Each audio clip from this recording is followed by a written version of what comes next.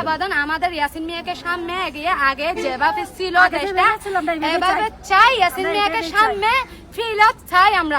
কি বলতে চান আপনি? এটা আর কিছু না, আমরা কোন সরকার চাই না, কোন সরকার চাই না। 2000-3000 টাকা দিয়ে জায়গা দিচ্ছে, ওর পরিবারে একটা সম্মান কিনে দেয় নাই, একটা বাড়িও করে নাই। ও কি করছে গরিব গুণের জন্য রাস্তা লুটের যে ডেলিভারি হয়, ডেলিভারি ফটো হয়ে যাইতো, এখন তো ফটো ফটো হচ্ছে না। মেডিকেলে যাওয়ার জন্য সময়টা পাচ্ছে কেন? কার জন্য?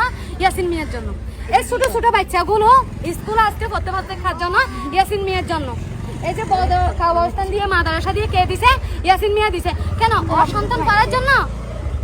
এটা দিছে কি জন্য? সাধারণ একটা পাবলিক জনগণ পড়ার জন্য। এটা দায়িত্ব কার?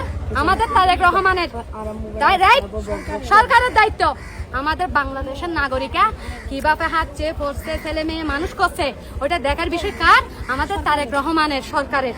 তাহলে ওইটা না দেখি সরকার ফাঁকাই কি জন্য? আমাদেরকে নির্যাতন করার জন্য না, ও আমাদেরকে দিছে কি জন্য? নিরাপত্তার জন্য।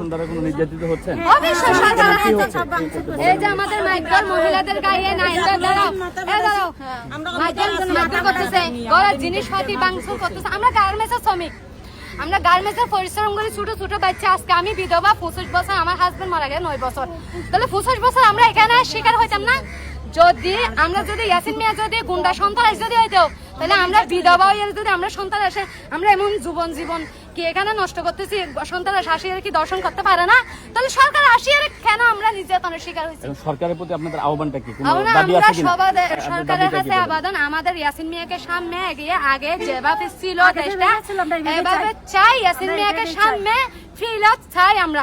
কি বলতে চান আপনি? এটা আর কিছু না, আমরা কোন সরকার চাই না, কোন সরকার চাই না।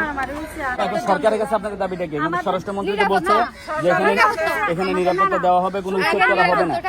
আপনাদেরকে দাবিটা কি? আমি ছোট ছোট দুটো মেয়ে নিয়ে করে একা থেকে আমার ছেলে পুরো নেওয়া হবে, সেদিন আমি নিরাপত্তা যে বাংলা ছিল সেভাবে চাই। আমাদের ইয়াসিন মিয়া যেরকম আমাদেরকে চালাইছে, নিরাপত্তা পাবো আমাদের ইয়াসিন মিয়াকে চাই। ইয়াসিন মিয়াকে চাই আমরা, সরকার চাই না। কাশি যেরকম মারধর করে এরকম সরকারি লোক আমরা চাই না। নির্যাতনের শিকার হতে আমরা সরকারি লোক আমরা চাই না। সন্ত্রাস না, আমরা আজকে আমরা চাই না। এখানে আমি দেখতেছি যাদের করে খাবার নাই, ইয়াসিন মিয়া তাদেরকে খাবার দিছে, যাদেরকে পরে খাবার নাই তাদেরকে পরে খাবার দিছে, চিকিৎসা করতে পারতেছে না, তাদের চিকিৎসা দিতেছে। আমি ডেলিভারি করাইতে পারতেছি না। ক্যান্টনমেন্টে ঢাকা ছিলাম, কিন্তু এখানে মতো স্বাধীনতা কোথাও পাই নাই। সেই কারণে আমার স্বামী থেকে ইয়াসিন মিয়া দিছে। আমরা চাই আগের মতন ভাইয়া আগে যে পরিবর্তন ছিল, আমরা শান্তিতে ঘুমাইছি, উল্টা দুয়ারে ঘুমাইছি, সেটা চাই। এখন সরকার ঢুকিয়ে রে আমরা সেটা পারতেছি না, উল্টা দুয়ারে ঘুমাইতে পারতেছি না।